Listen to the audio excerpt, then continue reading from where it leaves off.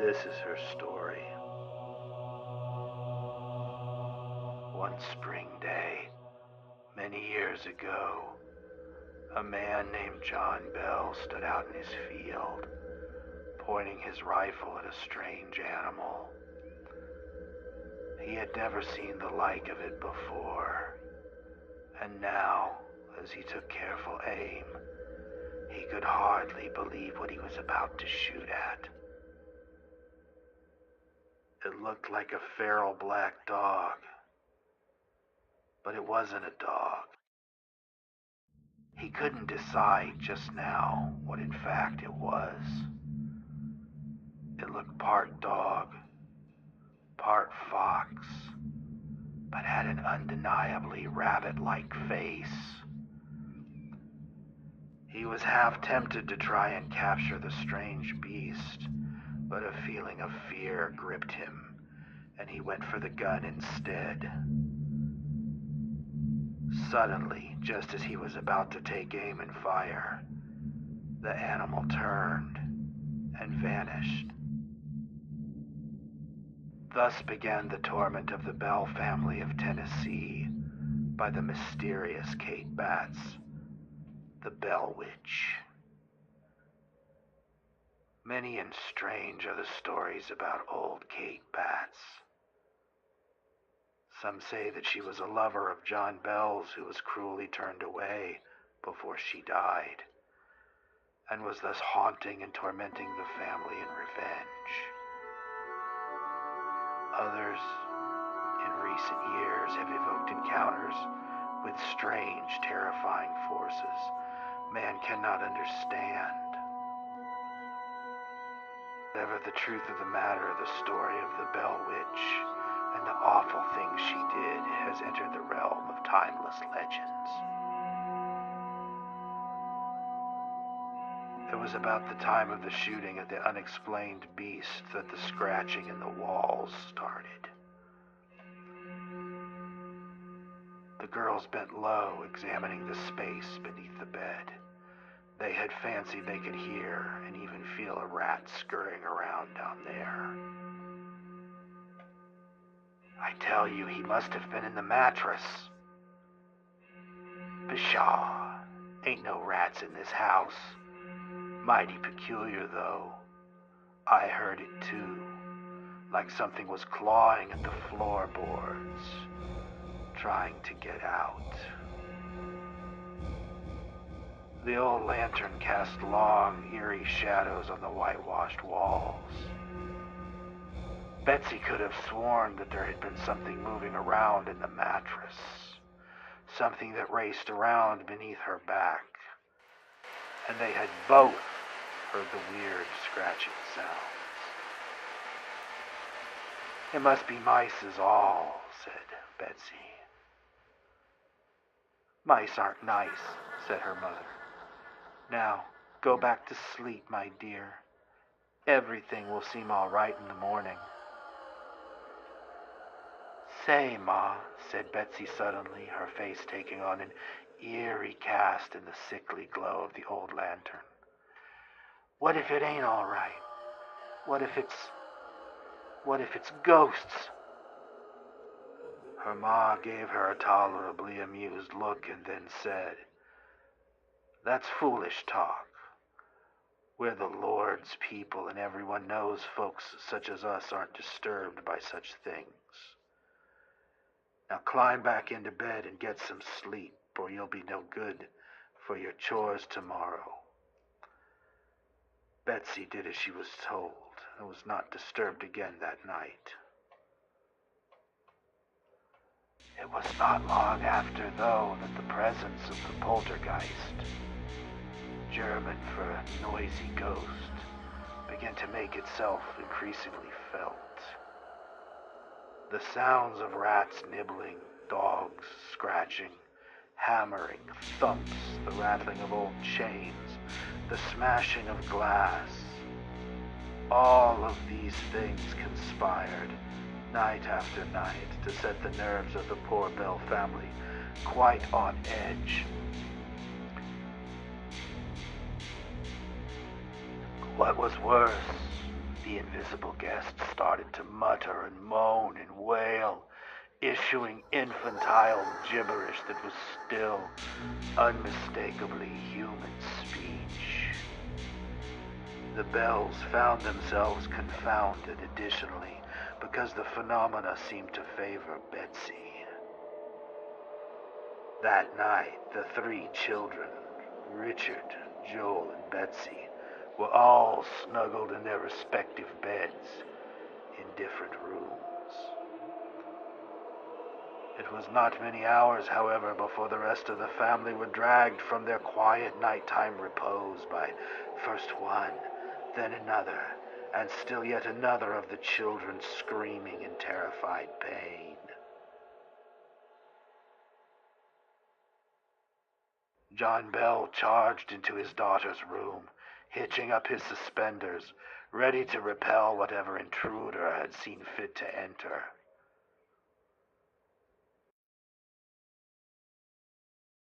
Betsy was squirming on the mattress. She grabbed in futility at her head, tears streaming down her face. Her body seemed to be jerking violently to and fro. "Betsy, darling, whatever is wrong?" asked John Bell in confused panic. "Oh, Pa, something has got me. Something has got a hold of me by the hair and won't let go." John Bell and his wife stared at each other in shock and disbelief. Suddenly, there was a cry from upstairs. John Bell raced forward to attend to Betsy, while his wife pounded up another flight of stairs to see to her other children. There was now an additional voice joining the chorus of screams. "It's like the whole house has gone completely mad," she later confided to a friend. Richard had had his covers pulled off and was likewise being yanked by the hair. Joel was being slapped but good.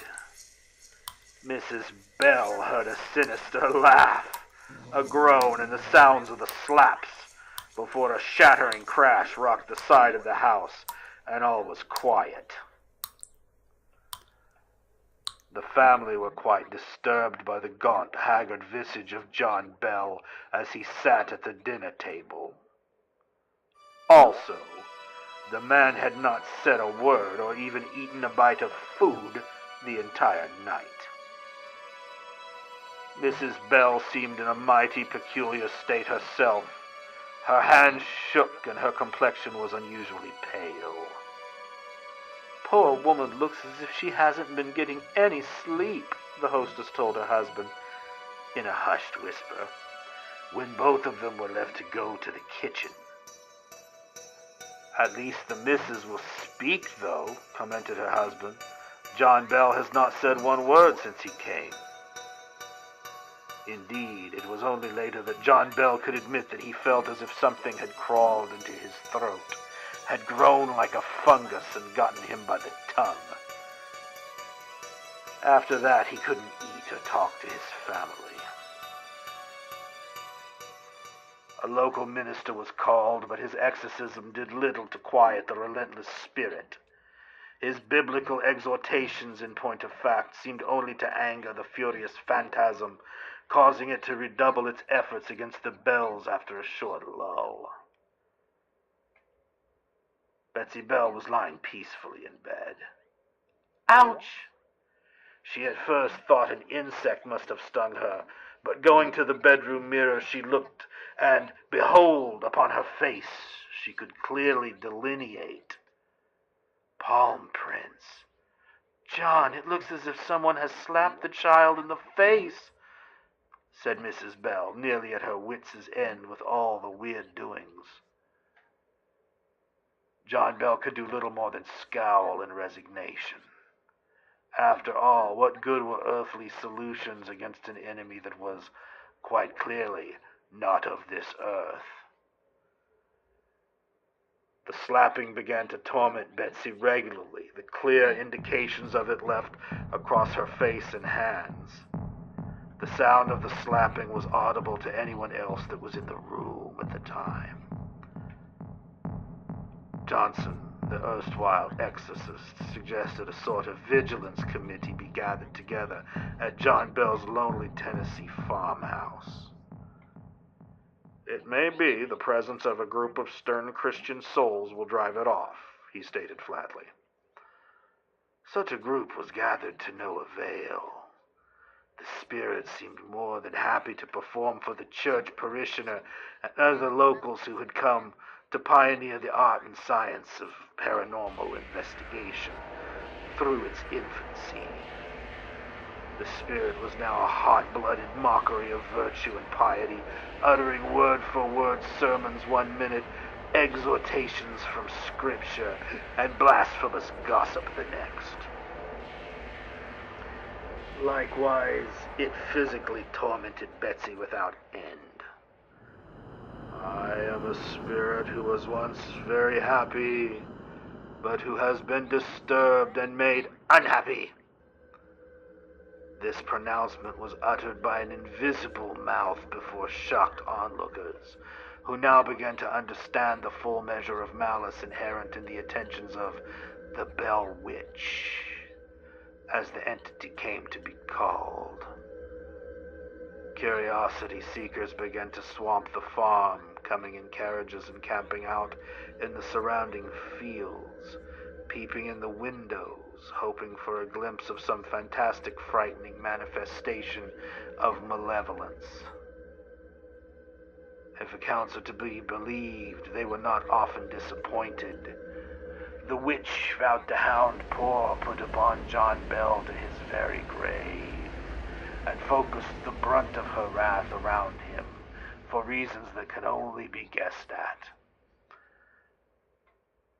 It raged at him, called him Old Jack, and swore it would never let up until he was dead. And do you know what? It kept its infernal promise.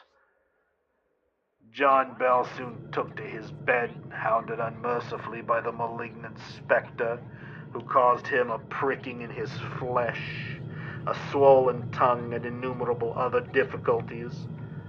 The sullen, disgraceful ghost held court with a number of other sordid spirits. Her companions, Black Dog, Mathematics, and Hypocrisy, who would whimper in feminine voices, curse, utter obscenities, and generally make life a living hell for the Bell clan.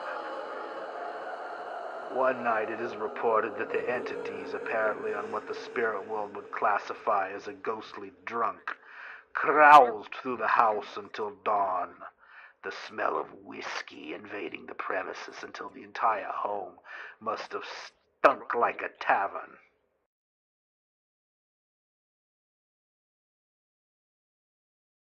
Again, the witch, who alternately referred to herself both as a departed Indian and the possessing spirit of a local woman named Kate Batts, swore that she would ride the luckless John Bell to his grave. And considering the sickness with which he was racked during the last painful years of his life, it is easy to see that it succeeded.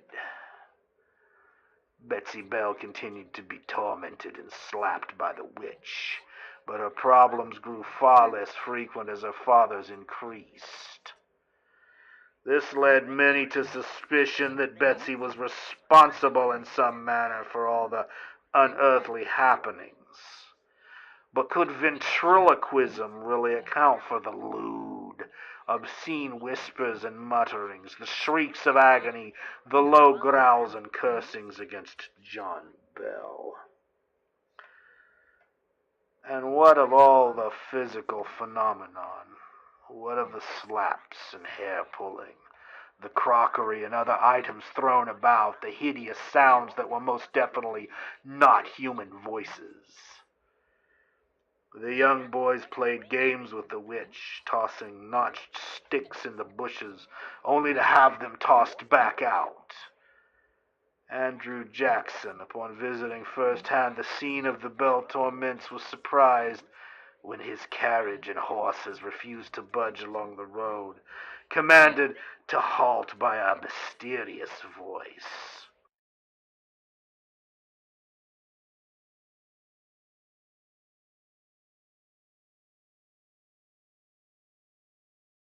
The late parapsychologist John Keel observed that this is eerily reminiscent of alien entities that stop the engines of modern automobiles as they encounter humans on isolated roads. What finally transpired in the saga of the Bell Witch is well worthy of note, for it may constitute the first and only time a malicious poltergeist has actually killed a man. John Bell frequently complained of feeling sick, of having his tongue swell and his stomach ache. Considering all that he had gone through with the resident's spirit, it is little wonder. Sadly, he was forced to take to his bed. The witch, among whose attributes was supposedly the ability to make fresh fruit and nuts rain from the ceiling, must have had something special up her sleeve in regards to John Bell, whom she had long ago sworn to destroy. In looking in the medicine chest, it was discovered that the medicine administered to Mr. Bell by his unwary children was in actuality a deadly poison. John Bell died in agony, confined to his bed. Old Kate, the Bell Witch, had kept her promise. She said she would return in 37 years, and indeed she did. However, she was not the fearsome, cursing, malevolent demon she once had been, but seemed far weaker in power. After a short period, she departed, perhaps out of boredom. Do you believe that such things can be? Have you ever heard the rustle of footsteps in an empty room, or seen a tittering shadow stretch itself across the wall? Have you ever felt menacing eyes upon you, heard a mysterious voice in a recording, a voice that shouldn't be there? Have objects ever moved mysteriously in your presence, vanished, or gone flying across the room, or even broken without anyone ever touching them? If so, you may have experienced some of the strange phenomena that plagued the poor Bells of Tennessee almost 200 years ago.